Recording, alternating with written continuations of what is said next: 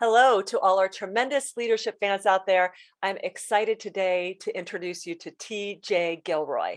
And TJ is our newest author in the tremendous leadership stable of phenomenal authors that are sharing their wisdom with all our readers so they can become the greatest version of themselves.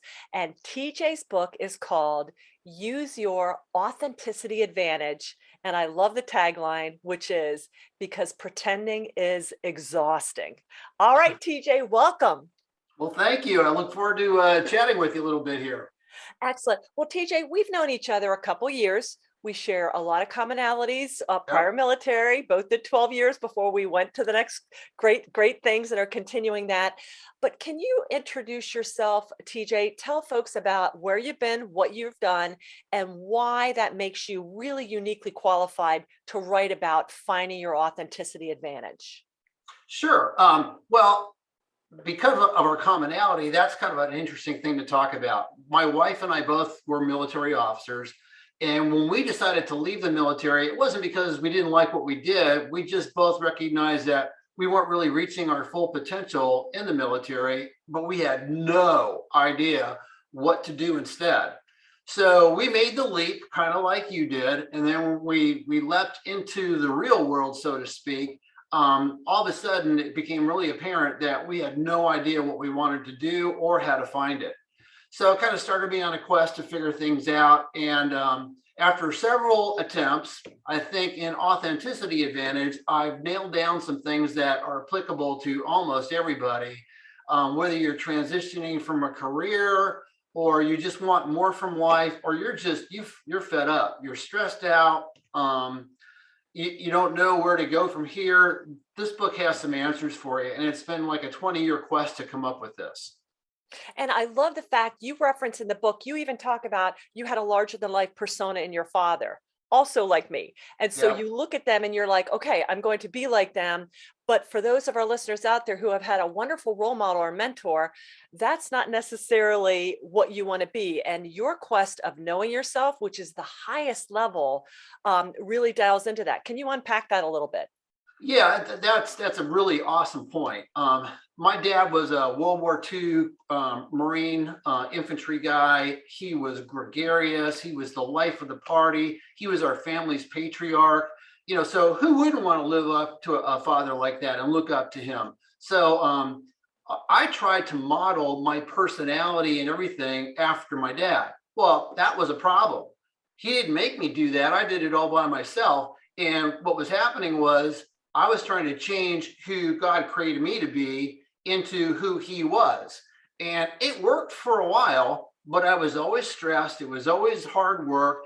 And again, my dad didn't make me do that. I did that on my own volition until I discovered who my authentic self was, what my personality was, what my gifts were.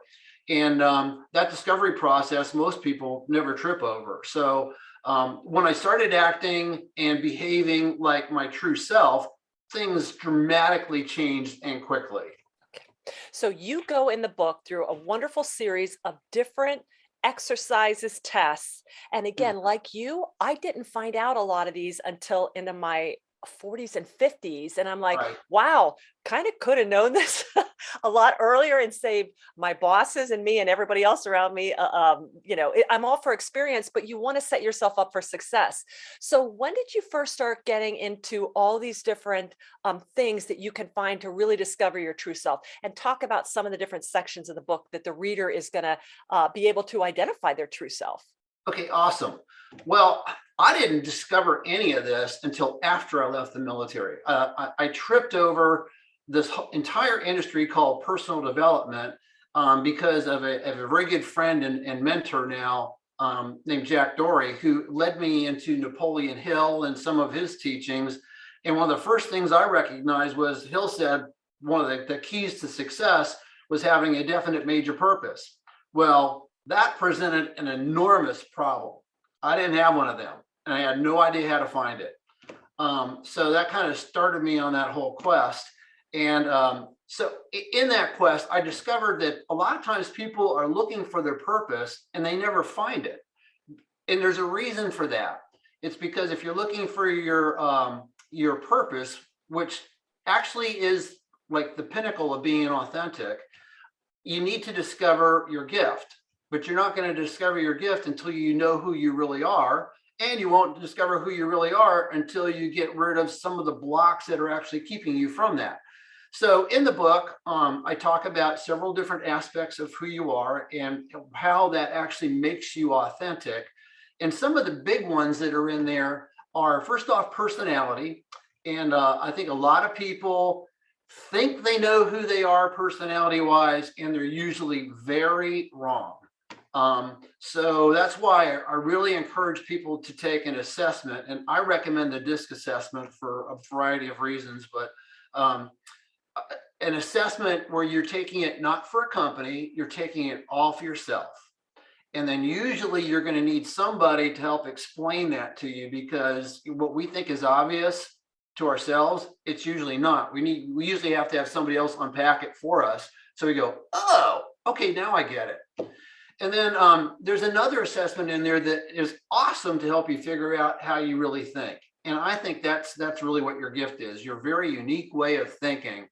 And once you understand your personality and how you think, oh my goodness, your world just opens up to you like you've never thought before.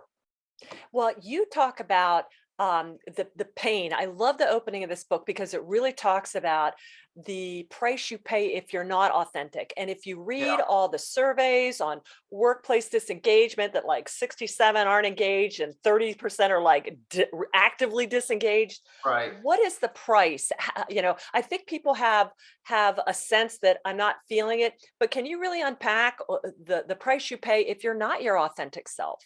Yeah, the most evident way that authenticity or lack of authenticity shows up today is in stress.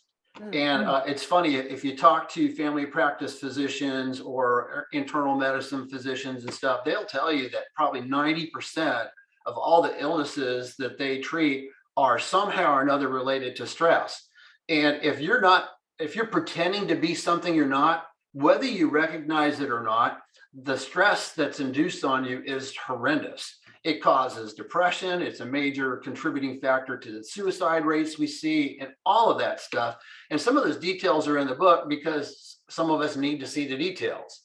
So stress is one thing. And then added to that is comparison. We are fanatics about comparing ourselves to somebody else.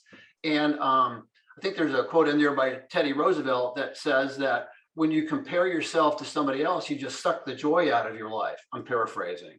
Um, but that's exactly what it is. People are walking around with broken hearts, stressed out, not fulfilled, and they don't know why. And the main contributing reason to that is you're not being yourself. You're not using the advantage that you were created with who you really are and all the awesome things that you can do that other people can't do. So when you stop pretending and you start acting in your authenticity advantage, all kinds of things open up for you, and stress really starts to alleviate a lot of the problems that were caused by it. Well, you're right. I mean, when I grew up reading, power positive thinking, Mhm. um, psycho-cybernetics, your body, don't let your body catch a disease of the mind. And Oh still to yeah, this day, stress, which leads to all unhealthy lifestyles. And that's because you're not living a value congruence with who you really intrinsically are. And so I love the book for our readers out there. TJ really unpacks all the different tests that you can take. He lays it out there. He has links from even 5 love language, which that was huge for me. oh yeah. Even Me as a too. single person, that was huge for me because I'm like, why do certain people do it for me and certain people do not do it for me, even in a work or a friendship setting? So I love the fact that you really absolutely unpack all of that. And for the readers out there, he has all this broken down and you can go through and do this. So TJ, tell me where you are on your walk and where you're at now and how you've actually lived this and where you're at now in your life, in your authenticity life.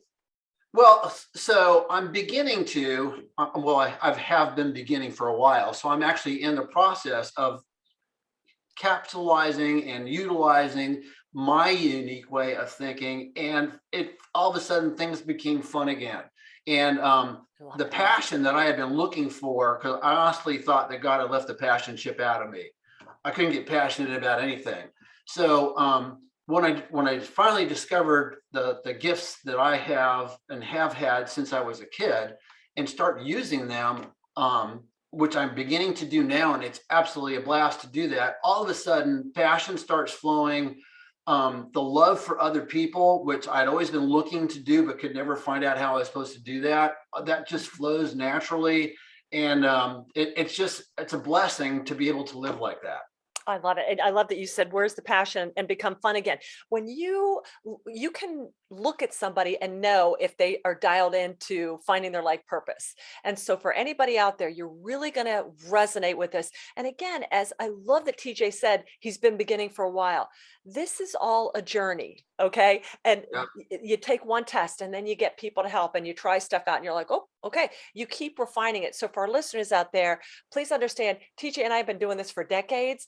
But when you actually start unpacking you and the truest version of yourself, it's a joy. It's not drudgery. And I think, I don't think TJ and I have ever woken up and said, ha ha, this is it. I've got it all figured out. But getting closer, it makes the journey more joyful. And like you said, it brings that passion back in. And that's how you know you kind of are on the right track. Yeah, and I would just add one thing. It actually helps you to begin to look at life as not a struggle, but a joy.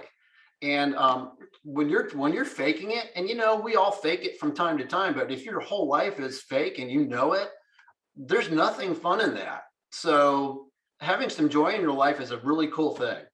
Well, and that self-awareness, one of my favorite lines of your book is anybody who engages you or keeps you talking about your struggle intends to keep you there. And that Yeah. is profound, folks, because as you're becoming your most authentic self, you are going to have to prune off and shed hanging out with the non-authentic people. And that is going to cause some issues because you're going to own your life. And, everything in the world right now is built on the struggle. Look what was done to me. Comparison is the thief of joy. Look at social media. Everything's meant to make you feel like crap, to denigrate you, and to get you living into something that happened a lifetime ago and to pull you down. So I love, that was really profound because for the most part, most people are not going to live their authentic selves, but people in tremendous leadership, they're high on it and they're going to do it. So I just love that you're very pragmatic about it in that, you have to do this because this is the only way to live. And if you want to still live in the stress and the grumbling and the complaining, or as my dad would say, stinking thinking, then that's how you're going to use your resources and your God-given time on earth. You're probably going to pay the price as far as relationships, as far as work and your physical health, but it's your choice. Yeah, it is. Yeah. Okay. So TJ, how do people, do you speak about this book? Do you coach people on finding their authenticity advantage? Tell our listeners how to get in touch with you or other things that they can use you as a resource for. Well, a lot of that information is on the website authenticityadvantage.com. So that's a great way to get in contact with me or ask questions. I think the first step is actually reading some stuff about it. But then what you're going to find out is most of the things in here really need to be taught. And sometimes people don't like to talk about it in a group setting because some of the issues are intensely personal. So maybe some mentorship is required there as well. And I'm certainly happy to do that. I kind of have a passion for that. And I love to watch people figure out what their gifts are and just watch their eyes light up. That's the coolest thing in the world. So yes, I do love speaking about it. I do love coaching about it. And but first off, I think the first step is to read something about it so you understand what the whole issue is. Absolutely. Well, that truly, truly is your gifting. And it's exciting to see you in this stage. And we're just honored to publish it. And we know it's going to change so many lives. TJ, anything else you'd like to share on the book with our listeners out there? Um, this book has been 20 years in the making, so to speak. I mean, sometimes they say the third time is the charm. Well, this is the fifth time is the charm for me. And I think the term authenticity is a hot topic today, where a lot of people maybe actually be looking for their purpose, but that scares people. Well, being authentic, there's nothing scary about it. In fact, it's exciting. So I don't want anybody to get the impression this is a book that you're going to go, oh crap. Once you've read the book, you're going to go, this is awesome. I finally see, what I can do. And so it's an exciting read. that should totally energize your life. So it's not depressing in any way, shape, or form. I just thought I'd bring that out because there's enough depression out there right now for everybody. Well, and that's your tagline. Pretending is exhausting. And Yeah. I've been there for all the listeners out there. Everybody's out there trying to be what they think. And these are good things. But if it's not your true inherent self or your talents or your gifting, dial that in, because then you're going to be at so much more, not only peace with yourself, but so much value to everybody else around you. And it is joyful. Yeah, I just think when you actually get to see yourself the way God created you to be, you're going to freak out about how awesome it is. I love it. You will freak out. That's tremendous. I love the way you said that. All right, TJ. Well, thanks so much for our listeners out there. The book is out. You check it out. You go over to Amazon, to TJ's website, or Tremendous Leadership. Let's make this a #1 new release in numerous categories, and Awesome. look forward to you picking up. Get multiple copies for your friends, for your team. Read it, because the Yep. more you can develop the people in your life, that's what leadership is really all about. Know yourself first, and then help other people find themselves. Right, TJ? You bet. And Tracy, thank you so much. This is awesome. You're welcome, TJ. Thank Or you so much. it's tremendous. It is Excuse me. tremendous. That's Being right. authentic is the most tremendous thing in the world. All right, folks. Thanks again to our tremendous tribe. Have a tremendous day. Be sure and check out Use Your Authenticity Advantage, because Pretending is Exhausting by TJ Gilroy, our newest tremendous leadership author. Thanks again, everybody. Bye, TJ. Bye bye.